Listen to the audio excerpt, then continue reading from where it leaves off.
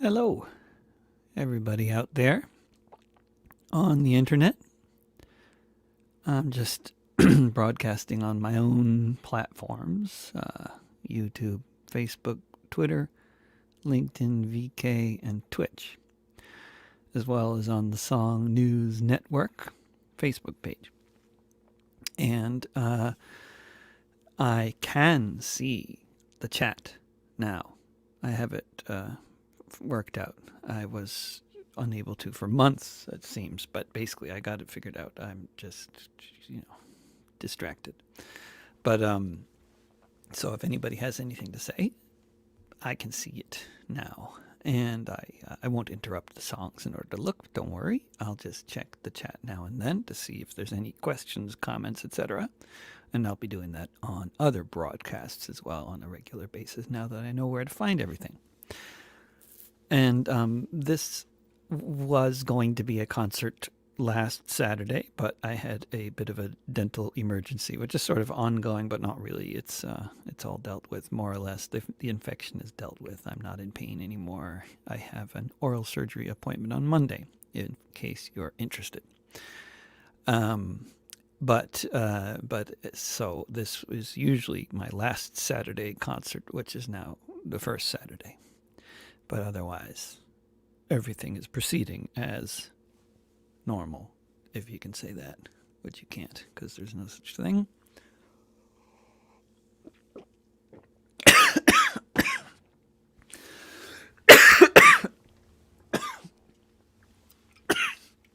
Now, publicly choking on coffee. That's embarrassing. Don't drink. Don't turn your head to the side and drink. Drink straight forward,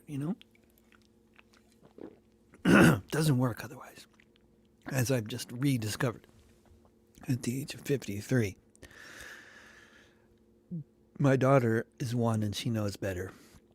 She also has a larger Japanese vocabulary than I do, which is either says a lot about her quick learning or my slow learning, or both.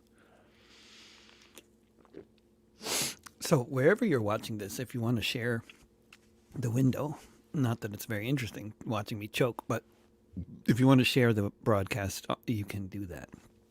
Not that I need to tell you that, but this is all a crowd-funded operation, and your support in any form is most welcome. So, including sharing broadcasts as well as like becoming a patron at patreon.com/David Rovics. So next weekend, I'm going to be broadcasting on all of these platforms wherever you're watching. I will be broadcasting from Big Red Studio pretty much all afternoon and into the evening, probably starting roughly 1 p.m. Pacific time on Saturday and Sunday and Monday is the plan. Probably at least several hours of broadcasting each of those days, if not more. And I will be at Big Red Studio with a wonderful bass player from around here named Arcellus Sykes and a wonderful drummer named Spank Hopkins, both of whom you can hear on various of my past recordings, which have been largely made at Big Red Studio since I moved to Portland in 2007. And, but unlike many of those recordings, this one will be a much more Atlantic kind of affair, because we'll be taking the tracks that we record next weekend with bass and drums and then shipping it all off through the ether to Ireland for Paul McAdam to do wonderful things to it with various instruments. And we'll be making room in the recording to sort of give him lots of room to mess around with, there musically. And I thought today I would do the songs, solo versions of the songs, but leaving room the way we'll be doing in the recording next week, because I need to practice them that way, but also because if anybody wants to mess around with space in songs to play leads or do whatever you want to do, maybe some people would enjoy that. I don't know. And then if you do something really cool, feel free to send it to me. And then we can make an album together or something maybe. But who knows? The future is unwritten. I'm going to attempt to drink this coffee again. Let's see. Performance coffee drinking. It worked that time. Didn't choke. So that is what's happening. That's the basic plan in my little, very small corner of the world. And so, with very little further ado, I'll start singing some songs, perhaps.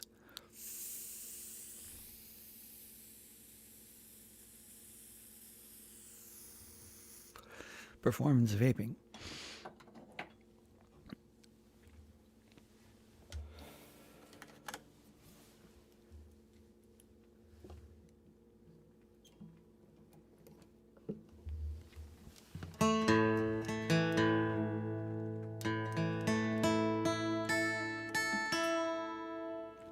I'm also messing around with a beta thing on StreamYard in terms of volume adjustments. So if anybody can tell me if it's sounding loud and distorted at any point or too quiet, either way, I'd love to know that, please, on whatever platform you're watching. And I love getting those wonderful requests. But I'm just going to do songs that we're going to be recording next weekend, so I won't do those requests, even though I love the people making them.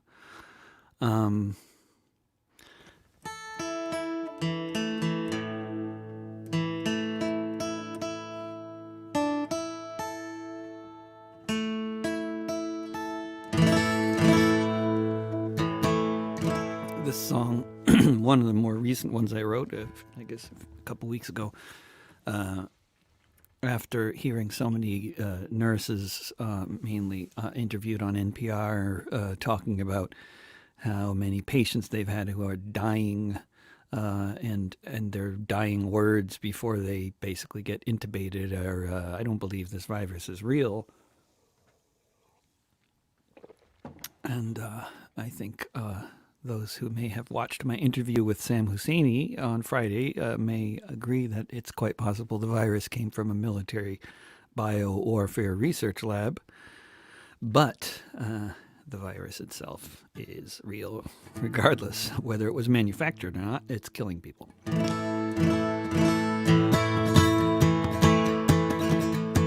But why would people think they're being lied to, was what I was thinking about. They lied about the wars. Took time to figure out that democracy and freedom was not what it was about. They said we'd fight the terrorists, but all that I could see was I was occupying someone else's country. They lied about the weapons. They all were so convinced. The generals on the TV haven't heard from them since. They say it was an accident, but I think it was their plan. They spread the lie on CNN and NPR and C-SPAN. They lied about the jobs all the pundits used to say before the city was abandoned and the good jobs went away. Sign up to this free trade bill, win-win all around. Now half the guys I used to know are 6 feet underground.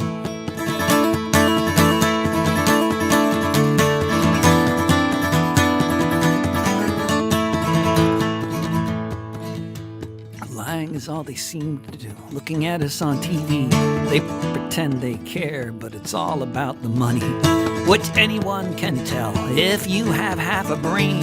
Why I should believe them now just seems insane. Talk turned to the virus, what we all stood to lose. I was not the only one who thought it was fake news. I just went about my life like I normally would do. So maybe I'll catch a cold, I thought, or a little flu.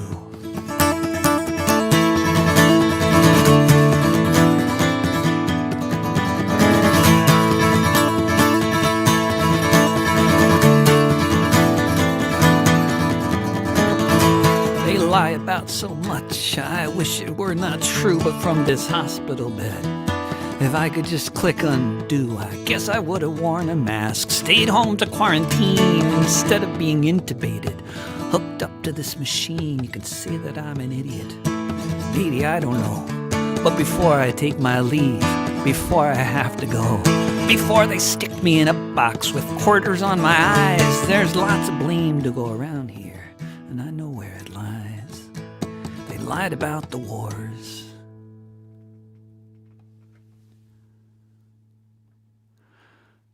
Does, yeah, if anything is sounding distorted, let me know, okay? Does it sound all right, everybody out there who's watching? You can also give me shit for not doing the requests, too. That's fine, too, but,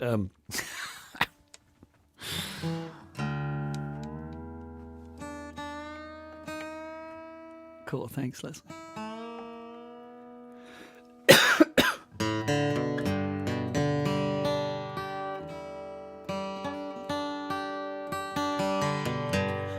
Because I have the compression disabled, which is very important. If you're ever broadcasting on StreamYard or Zoom, disable that compression. If you're in Zoom, you go to audio, then advanced, depending on what version. But Paul, wonderful.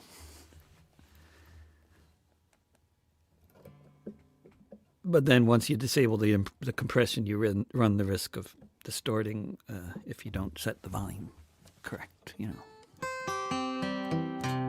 Oh, your guitar teacher has that problem on Skype? Yeah, you tell your guitar teacher, disable the compression. How you do that on Skype, I'm not sure. But on Zoom and StreamYard, it's pretty straightforward. Although you do have to click on advanced. You go to audio, then advanced in Zoom, at least on my version, and then you can disable all the different options of compression. They're always changing the names of the compression, different forms of it. They're doing the same thing on StreamYard. The names change, but it's just basically one way or another. It's compression. You want to disable all of it. Although it's great if you have a crying baby in the background that you don't want people to listen to, or a loud heater, or, it's great at getting rid of that shit.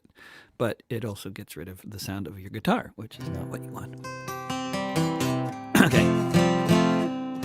This is to be the second track on the album. Dedicated to my landlord and the others of a similar ilk. That is the extremely wealthy ones. To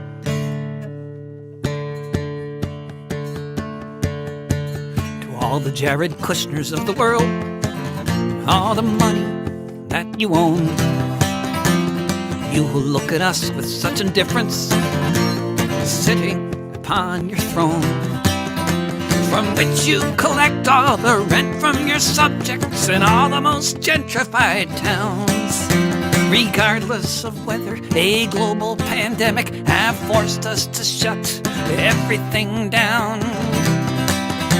To all the Jaredkushners of the world, for whom the ceiling is the sky, for you life comes so easy, inherited from birth.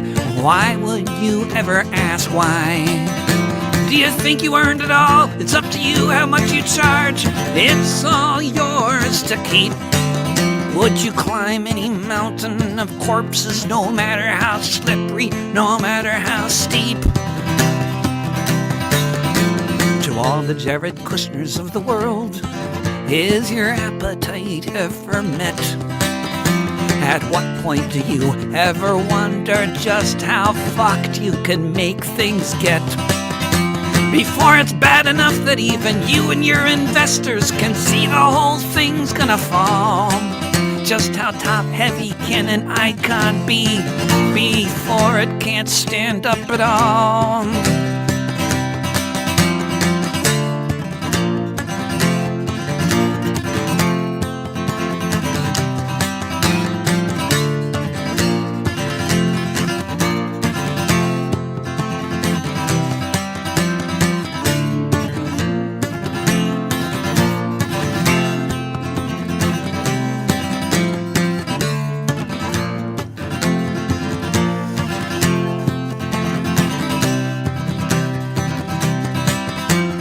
all the Jaredkushners of the world, how do you expect things will transpire when all your filings are enforced and the moratorium expires? Do you envision a neat roll of moving trucks, tenants all packed up to leave their homes, your businesses, their neighborhoods, their cemeteries, where they used to go to grieve?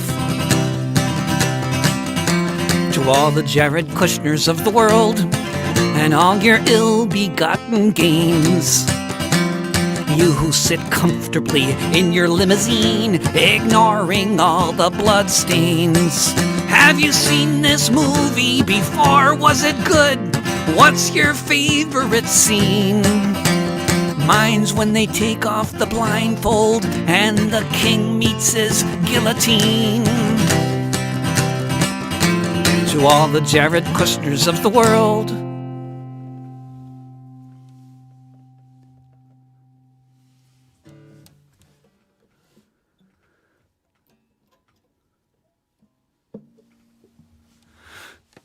so once again, that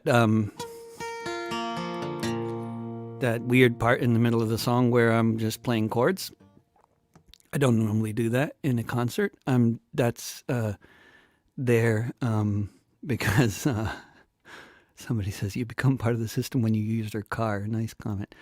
You are a stylist.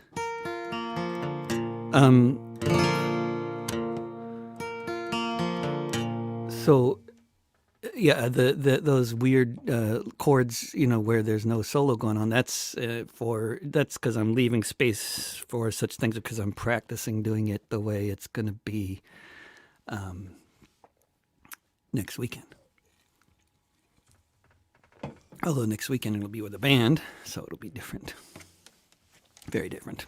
But the structure, the idea. Good luck with that job out there. There's people drinking, working jobs they don't like, all sorts of things happening out there on YouTube. And of course, as you know, it's of course here on the west coast of the United States, it's early afternoon, but in Europe, it's getting later at night. So the level of alcohol consumption, depending on where you might be, people drink more at night. So it's always, it's lovely. Lovely to see the comments rolling in there. And whatever people had to say, whether it's related or not, it's nice. Even the sort of psychotic rants that you get now and then, it's always, hey, John, got a few folks in Connecticut, somewhere in Europe. The whole day then, this recording? No, this is just, Leslie is asking, is this going on all day? No, I'm just going to do a bunch of songs now, like for an hour or so.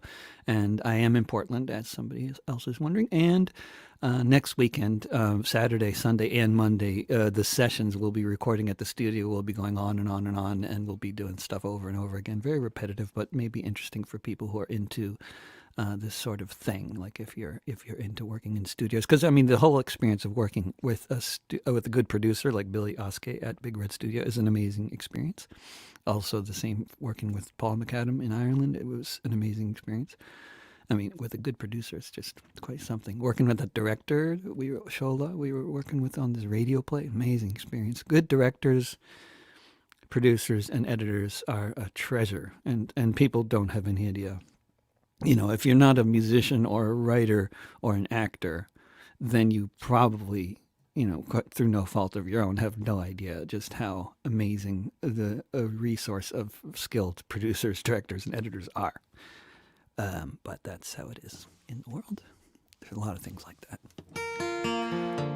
Anyway, this is going to be the third track on the album, as I'm envisioning. These things change, obviously, depending on what happens to the actual album, But if I were doing a solo guitar version, this would be the third track.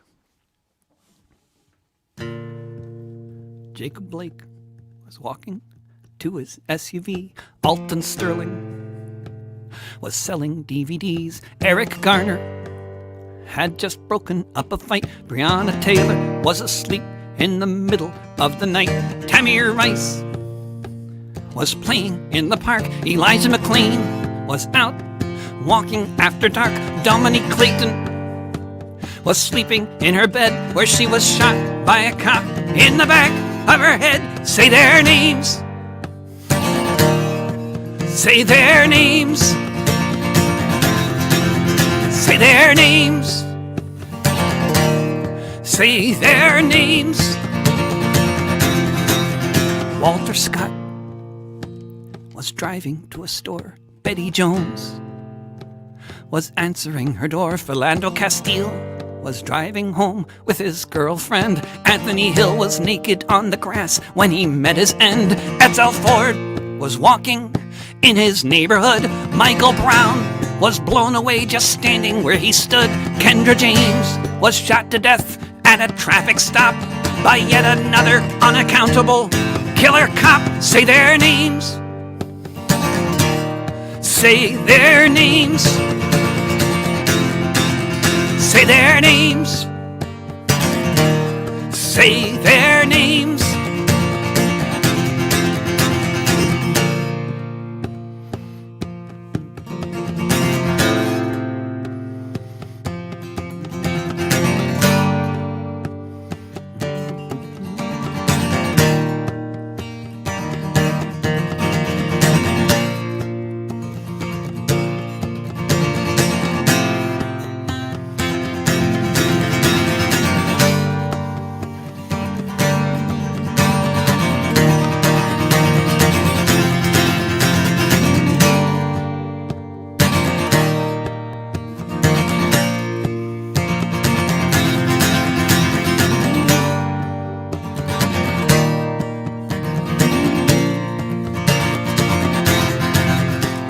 Jefferson was playing a video game with her little nephew. Gunned down just the same. Oscar Grant celebrating the new year. Handcuffed when the shots rang out that everyone could hear. Eric Reason pulled into a parking spot. Not long after that was when he was shot. George Floyd was just shopping in a store. Micah Xavier Johnson thought he was still at war. Say their names. Say their names.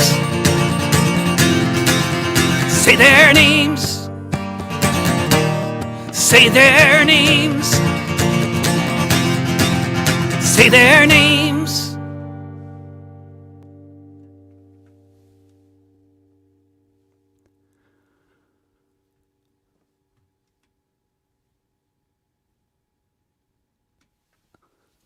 And then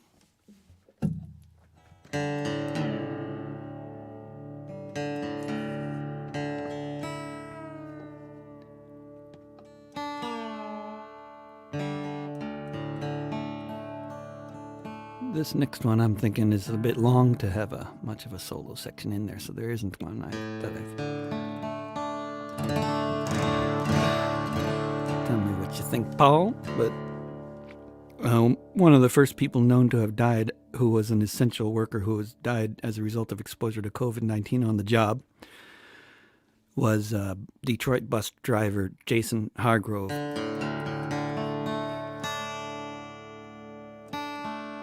Who I heard about from another bus driver in Alberta in April.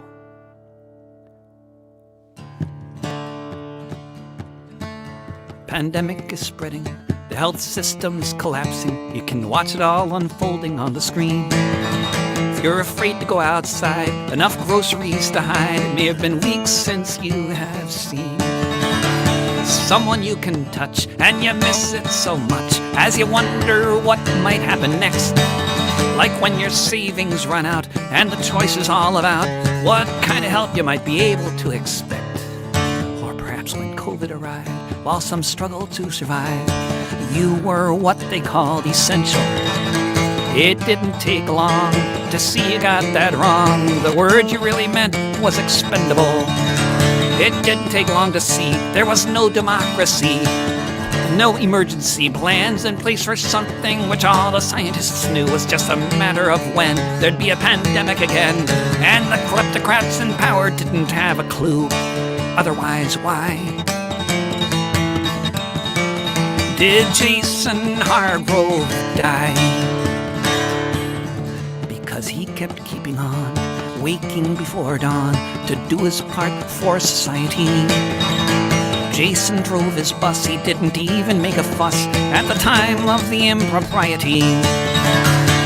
Somebody coughed, the virus was off. Not 2 weeks later, Jason would be dead. What if he had protective gear with sick passengers so near, with no barrier to protect his head? Why did Jason Hargrove die? Stay home, flatten the curve, they say, unless we need you to serve food for us or care for all the ill. In that case, we'll call you a hero, like the workers at Ground Zero, where one by one the cemetery filled.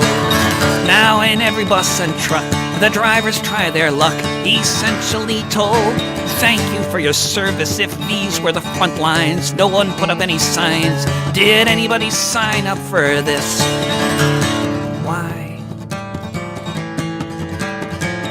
did Jason Hargrove die? Once the death rate peaks in days or months or weeks with each one of the virus's waves, once we can take stock and recover from the shock of the sight of all of the mass graves, will this be the impetus, this driver on a bus, along with so many, many more? The nurses and the prisoners, seafarers and farm workers, what will they all die for? Why did Jason Hargrove die? Why did Jason Hargrove die?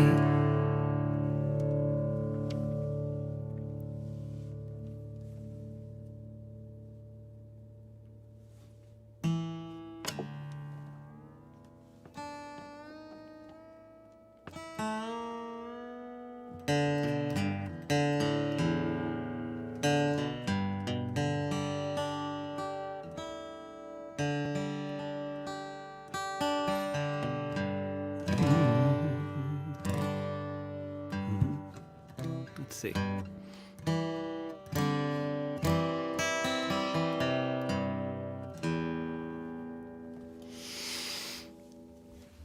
So this next one is like, I don't know, it's very related to the pandemic, in a way, but it's like, I mean, it happened during the pandemic that they discovered water on the moon, or in another pile, in another spot, in larger amounts, I think.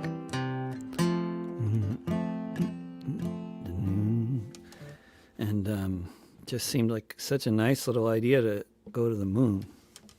I mean, I've always liked the idea of going to the moon, but it's not that I want to leave my family or anything, but oh yeah, tuning. Somebody's asking about tuning. I mean, I go a lot between DAD and standard. Auto-tuning guitars. I have so many issues with intonation. I mean, if I had an auto-tuning guitar, I would want to tune it after it auto-tunes, because I don't seem to hear the same way as the tuners do, and I just have to tune to my own ears rather than to what the tuners say. So I don't know what to do. But I know that if I were playing in a band, if we were playing with other musicians, like when I was touring with Alistair Hewlett a lot, and we were playing together, actually not just swapping songs, but actually playing music together, we had to be in tune and together. So then I was using a tuner a lot, and then it makes sense. But then you're always slightly out of tune with what you think you should be, at least in my case. I don't know if that's, what that is about my ear. I'm told I have good intonation. At least that's what Billy says.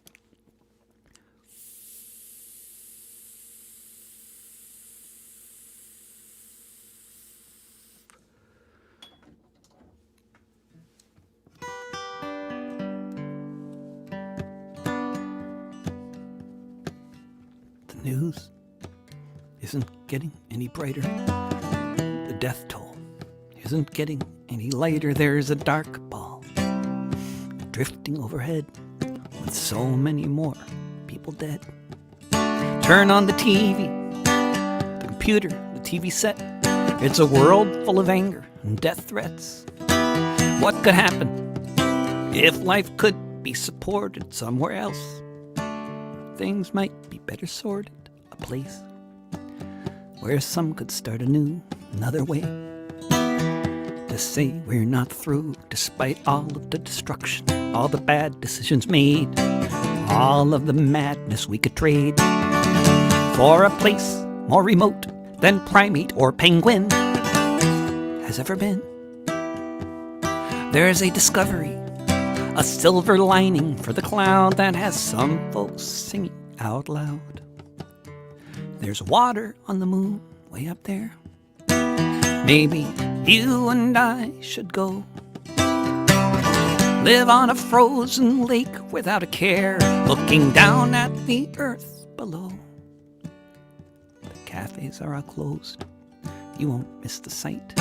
Someone bringing to your table a flat white.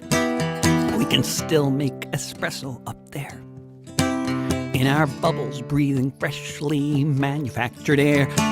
When we go outside, we can jump so high. You speak into your mic, I'll hear your reply. We can look at the green earth, wish it well, from up in the place that makes the waves swell. There's water on the moon way up there. Maybe you and I should go live on a frozen lake without a care, looking down at the earth below.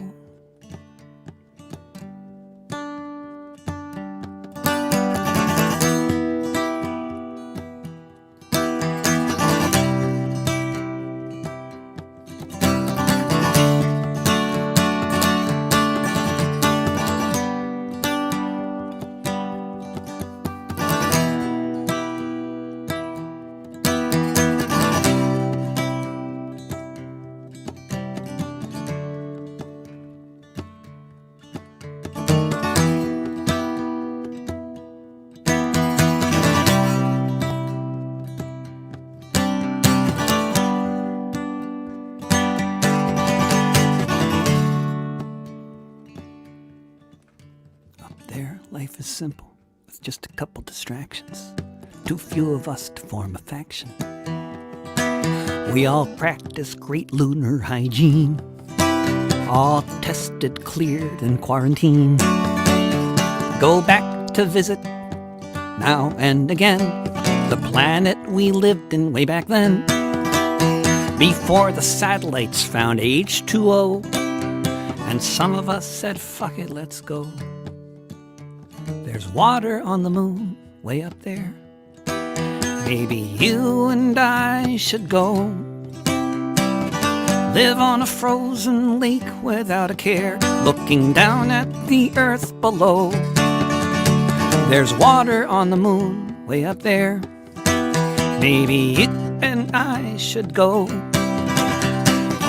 live on a frozen lake without a care, looking down at the earth below. There's water on the moon.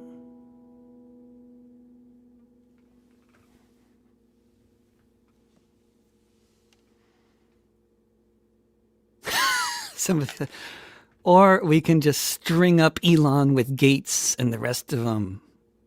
But hey, that's, in my opinion, yeah, I am totally with you. Madam?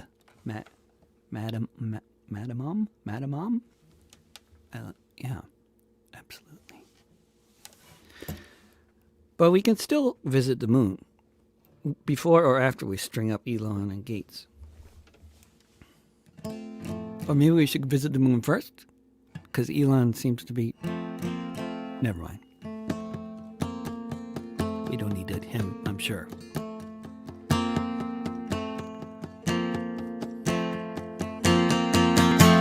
Behind these prison walls,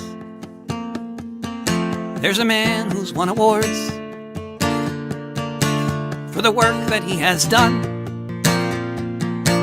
and all that it affords, such as the knowledge of the horrors committed in our name. They can't stop the message, so the messenger gets blamed.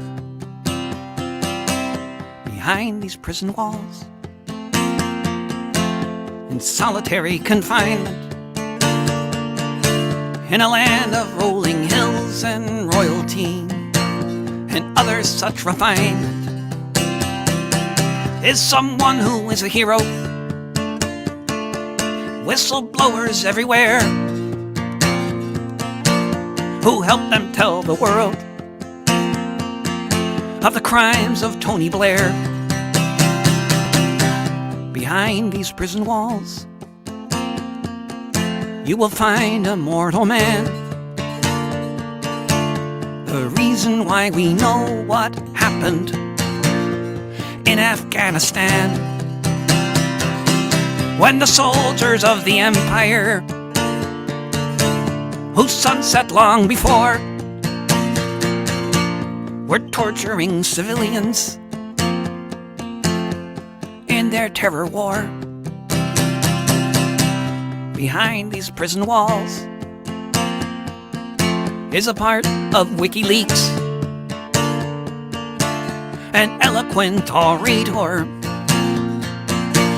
but you won't hear him speak. Locked away in silence, one who knows too well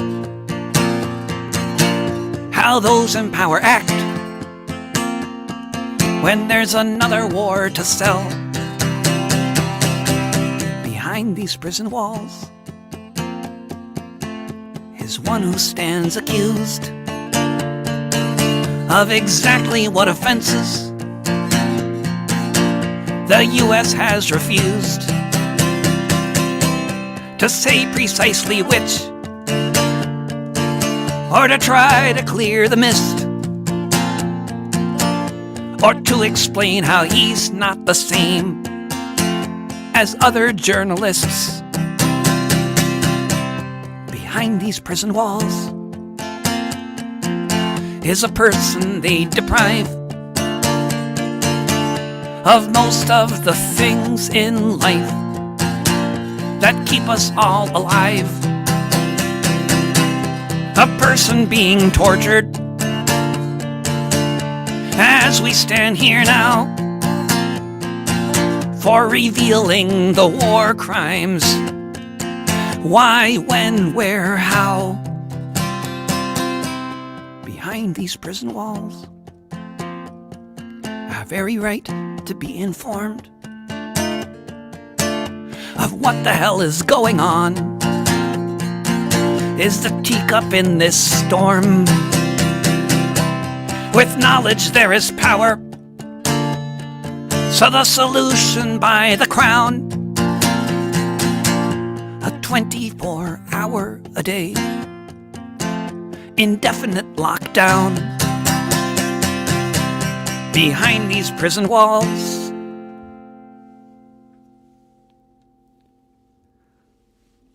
that's for Julian.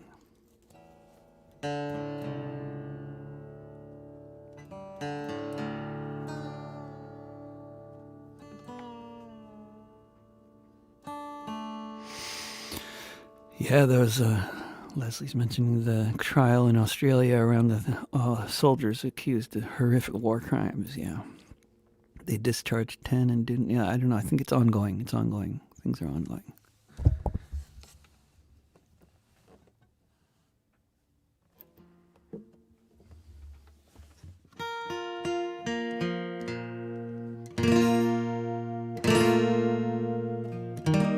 So this, one of the things, of course, we've all been doing over the past year is becoming amateur epidemiologists and fans of and armchair historians and experts on the pandemic of 1918, and it was a fascinating time.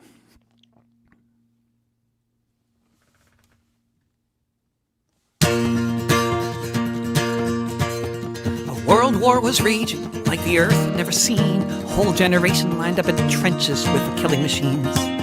But aside from a few islands and some mountain peaks, the pandemic killed more people in just 24 weeks.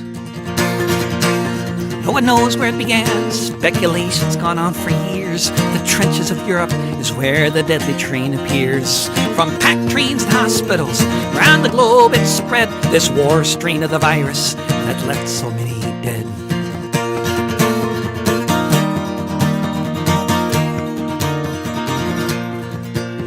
The death toll was unequal, but barely anywhere was left untouched, though the greatest share of dying was reserved for the poorest colonies of the empires and their wars that created this disease. If you have a couple hours, then do something with me.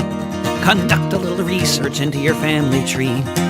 If you look into it, it won't take long. Quite likely you will find in 1918 you left an ancestor behind.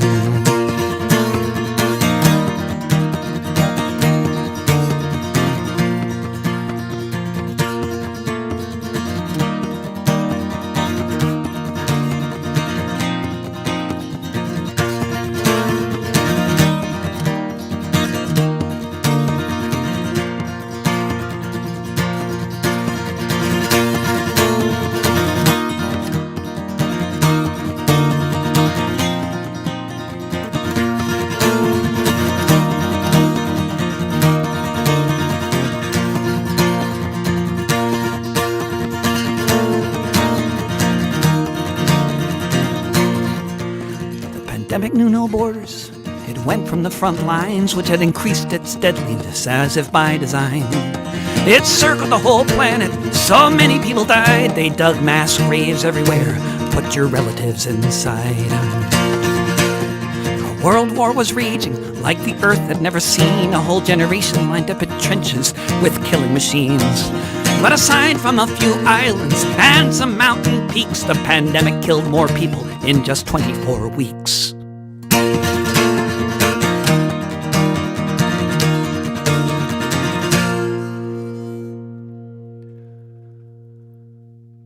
I didn't get the instrumental section quite the way I had planned it, but that's, just FYI, Paul.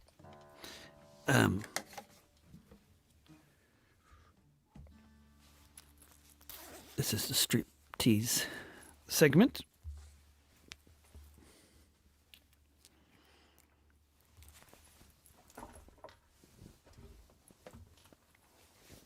Which is especially interesting in the podcast version.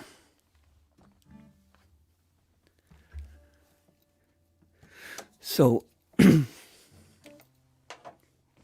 last Saturday was the 170th anniversary of the theft of Oregon. Not the first time, settlers settled here, but the first time they passed a law, national, well, I don't know who passed it, but anyway, it was a law that was part of basically the Homestead Act type of thing. And the law basically gave the state away, this beautiful valley that I'm living in, where Portland is located, the Willamette Valley. It was all just given away to settlers as long as they were white and American. And if you were white, you could be American. That's how citizenship here has worked in the past. And, well, you had to be more than just white. You had to be, ideally from, Western Europe. They changed the laws to try to eliminate the unwanted Southern and Eastern and Jewish Europeans, because by European they really meant Western Europe. Eventually that had to be clarified,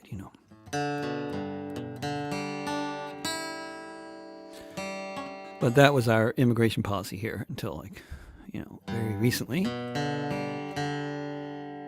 So, of course, people of color ended up in the United States in all kinds of other ways, like through being abducted. Whether from Africa or China.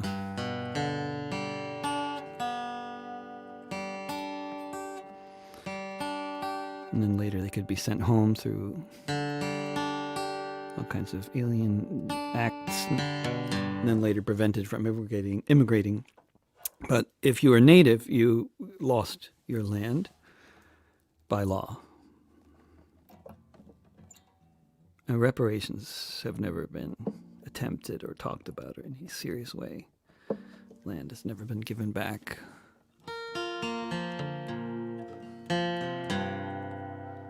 It's an open wound.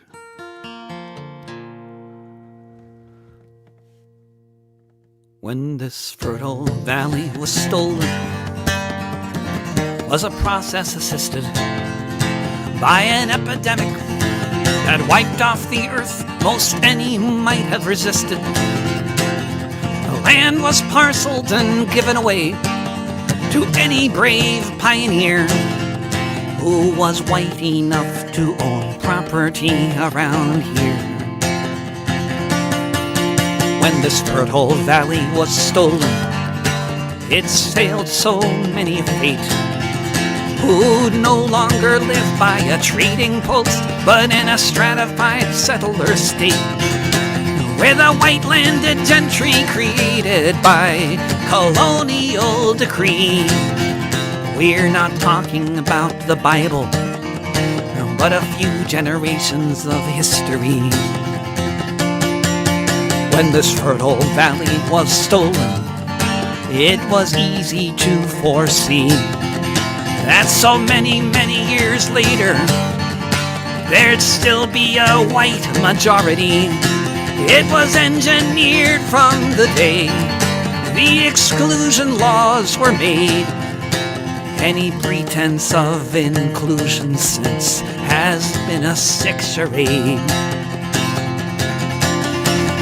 When this fertile valley was stolen, the pioneers were given their farms, which were defended from the displaced by force of arms. And by dint of reason as false as any that could be, enforced by laws and customs called white supremacy.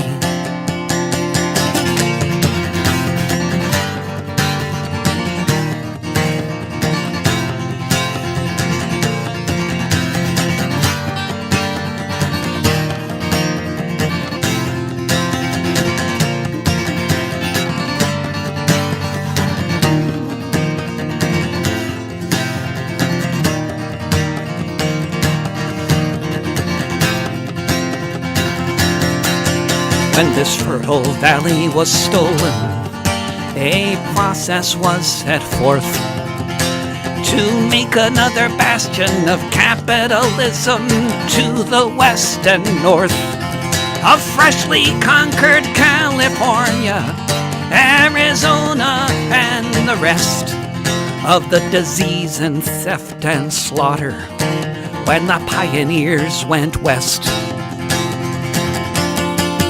When this fertile valley was stolen,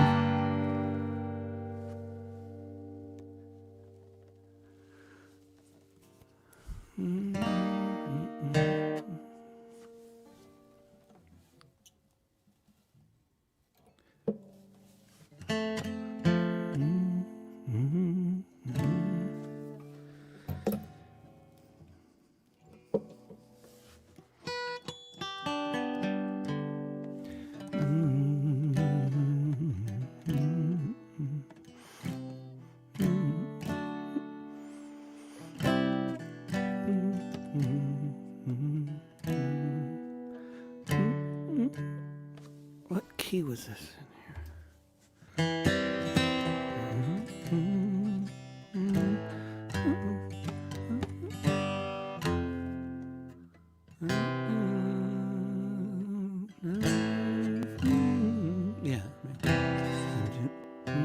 Yeah. This is another song. that I haven't done I just wrote a few weeks ago. It hasn't been recorded. I'm just, Rovix, are those enjoyable talks preceding the songs pre-written? No, nothing I'm saying here is pre-written, although if you're thinking about the Song for Today podcasts, those talks before the songs are pre-written. And, but nothing I'm saying today is pre-written.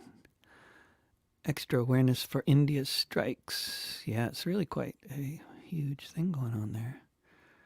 I sure hope that the working class around the world is victorious.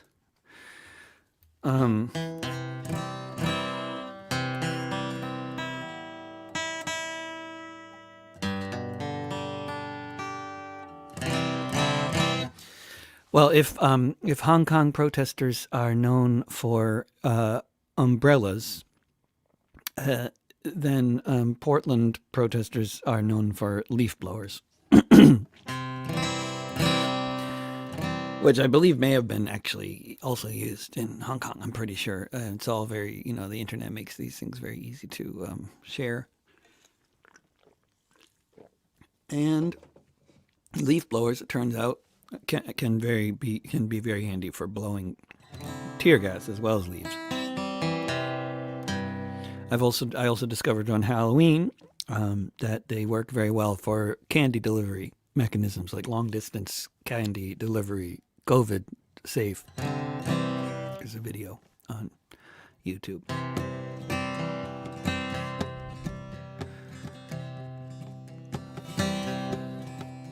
It's been 2 months now since that cop took a knee, like a knee upon the neck of a whole society.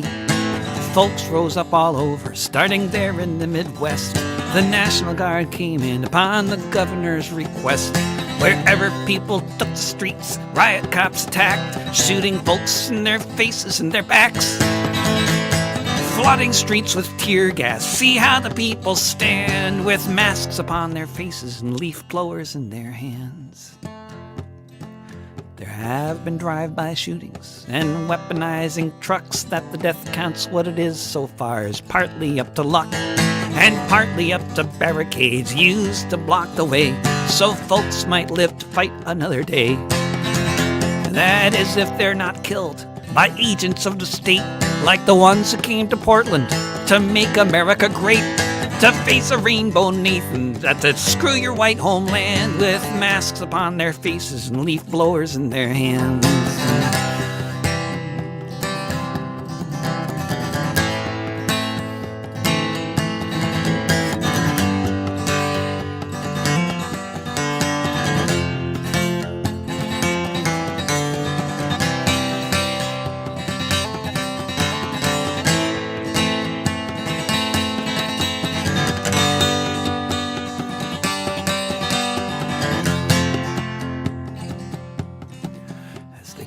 People off the streets here in the global north, as the tear gas billows, the poison belches forth, as those who would be dictators make their power play, as people from all over town face them down and say, we don't want police, a better world can be built.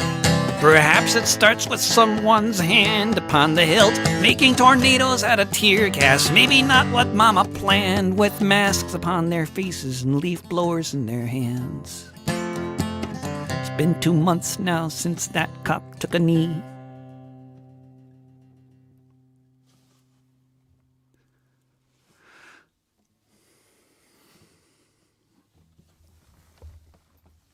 And then moving back, this is basically a sort of a selected works of 2020 kind of album. And here's one from pre-uprising, post-COVID pre-uprising. I'm working on a book, sort of a collected, curated book full of lyrics and essays from 2020. And that I wrote.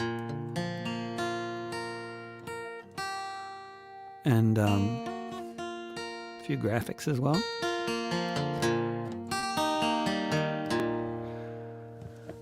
And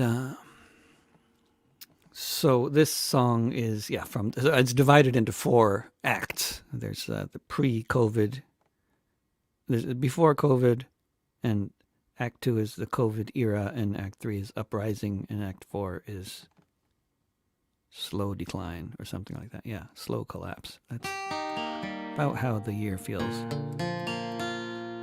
The divided, how I divide it.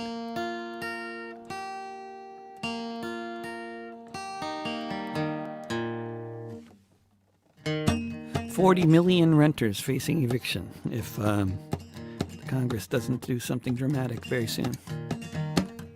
There's a suspension on evictions. Stick to your convictions. Don't pay the rent.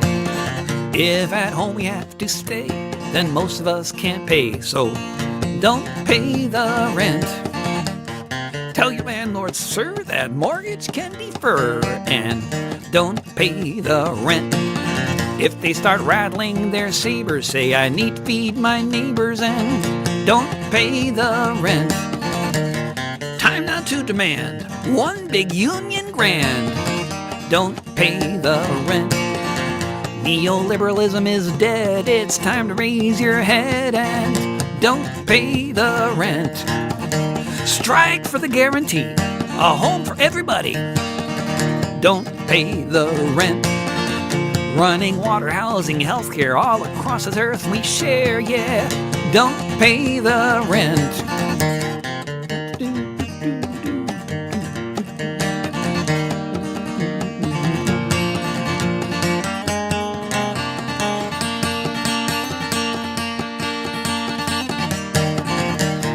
Capitalism has failed, put the billionaires in jail.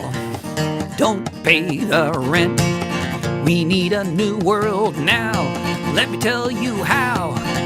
Don't pay the rent.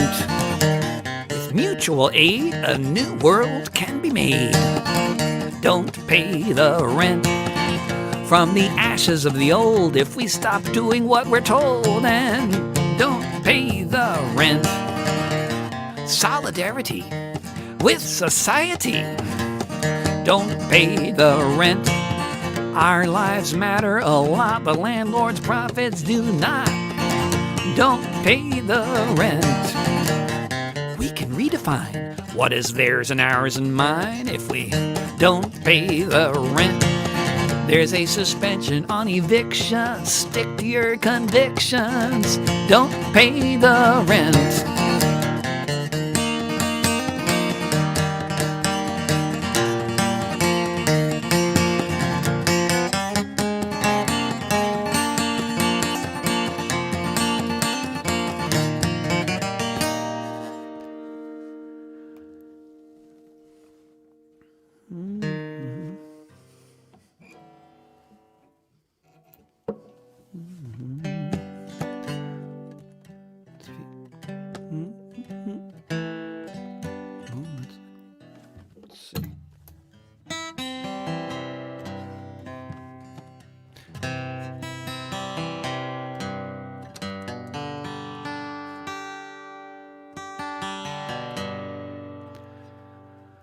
So this is another one from, this is, I guess, this is also like post-COVID, pre-uprising. Oh, that's a lovely message there. Thank you so much, Alice.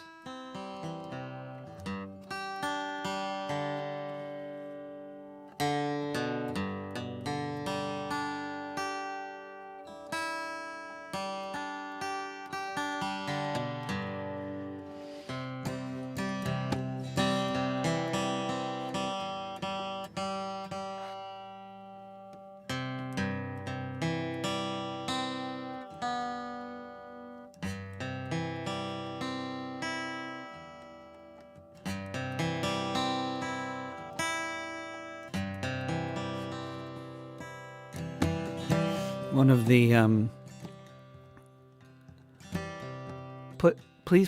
Paul is asking, would someone please put another landlord on the barbecue? Yes.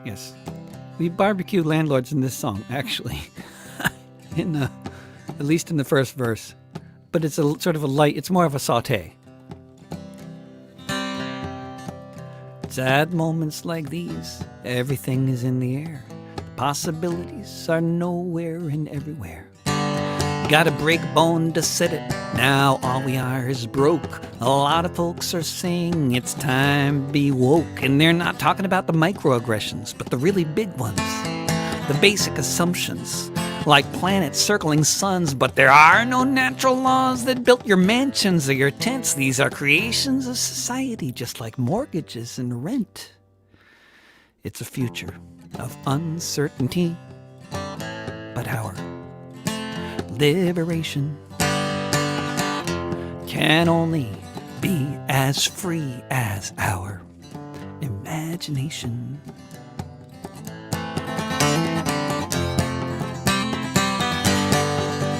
If you were born and raised to believe it's sacrosanct that whoever has a whole lot of money in the bank deserves to then live off of the wealth from the houses that they own, and if they raise your rent you can move or take out a loan, then how can you demand your human rights if you don't believe you have any, as if you deserve your plight? But if things were hard before, now the system has flatlined. Time for those basic rights to be redefined.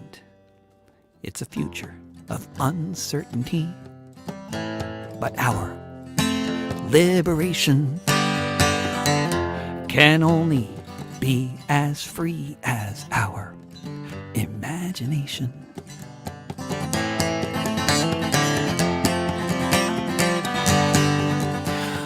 All these vaunted freedoms added to the Constitution as an afterthought after Shays' rebellion.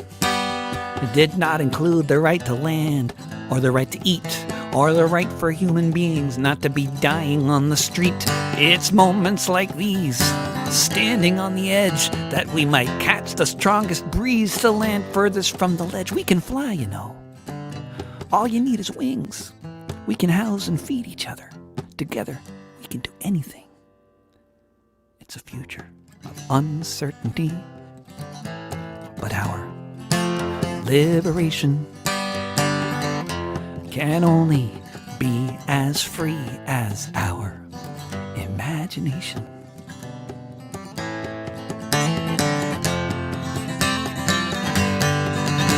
At moments like these, everything is in the air. The possibilities are nowhere and everywhere.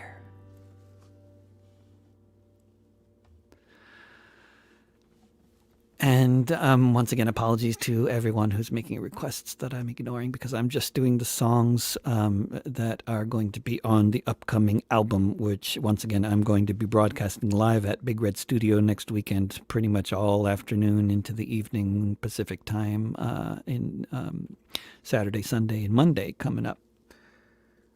And we'll be live streaming these recording sessions, which will then shift off to Paul McAdam there in Ireland, and he's going to do wonderful things to these recordings, and then it's eventually going to be an album at some point very soon thereafter, basically an album of songs from 2020.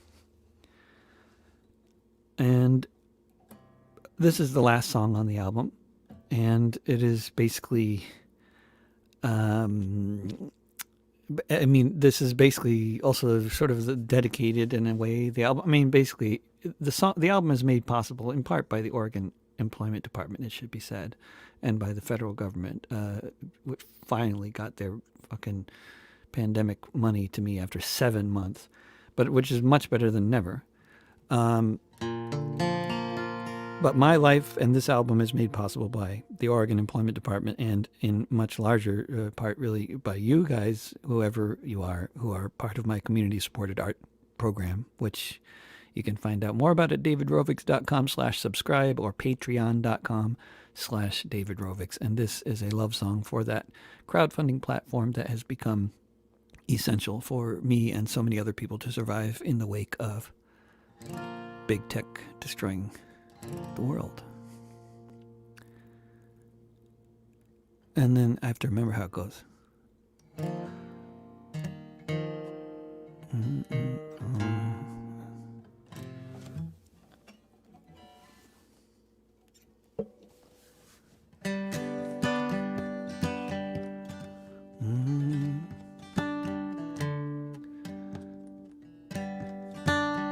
when the floor fell out from the way it used to be. People used to pay for stuff before all of it was free. Those of us who didn't crash got taken down a peg. 'Cause if you want to be an artist now, you gotta learn to beg. Patreon, Patreon. When all your merch sales and all your gigs are gone, Patreon.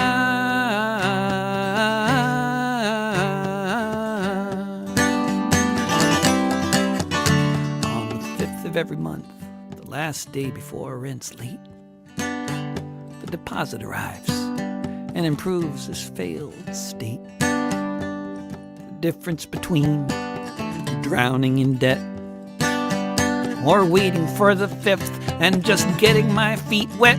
Patreon, Patreon. When all your merch sales and all your gigs are gone, Patreon.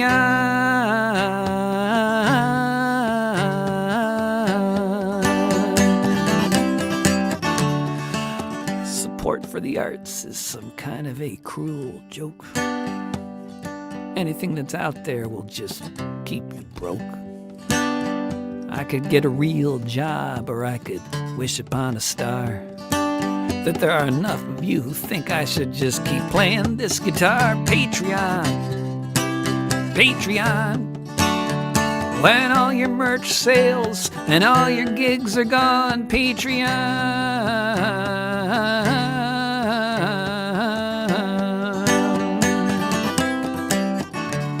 My music's free on Spotify, that's where we're at. It's a precious little segment that steps up to bat. I miss the old days, but I'm okay. Panhandling my time away on Patreon, Patreon. When all your merch sales and all your gigs are gone, Patreon.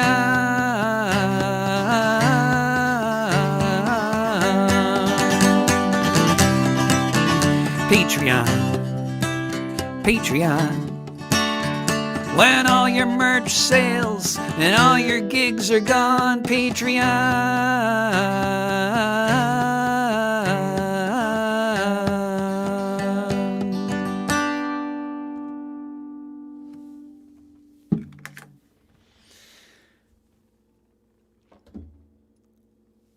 I'm glad that you find that one funny. It is meant to be. And thank you all for listening, and sorry about not taking any requests, but this has been a presentation of the songs that I will be doing next weekend at Big Red Studio all afternoon into the evening Pacific time, Saturday, Sunday, Monday, recording with Spank Hopkins and Arcellus Sykes, and then sending it on to Ireland to Paul McAdam and making an album. And this has been a rehearsal for that album, basically. And I hope you have enjoyed it. I have enjoyed it. And then Restream is just informing me that there have been 100 messages today with Restream chat from people leaving messages on Facebook and YouTube primarily. So I'm not sure if that's something, to celebrate. But I think it is, because they've been very nice messages generally. In fact, and exclusively nice messages. And it's so nice to see that one, especially from Paul saying, great to hear you singing again, David. Thank you so much for the beautiful songs. I look forward to working on them. I just have to share that with you because I'm so excited to be working with Paul on another album project. And if you haven't heard the last one, it's called Strangers and Friends. You can get it on Bandcamp, and you can hear Paul's amazing music, his musicianship, his playing, as well as his all sorts of other input. And Paul himself, incidentally, is working on some new albums, which you should check out as well, which I should check out too, which I'm looking forward to hearing. Don't know if they're out yet. I don't think so. But other stuff is. And so, yeah.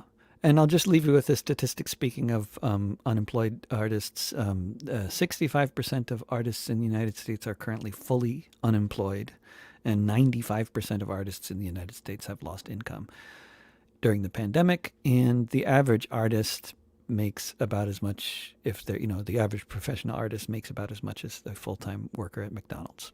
Just, a few statistics for you to ruminate on as you're considering how fucked everything is. And, of course, for a lot of people other than just artists. But thank you, everybody, and I will be back on broadcasting in next week, doing my usual Tuesday, Wednesday, Friday, interviewing interesting people at 10 a.m. Pacific on these platforms and others. And then next weekend at Big Red Studio. Take care, everybody. Remember, don't pay the rent. Trust your neighbors. Mutual aid will get us through. And another world is possible.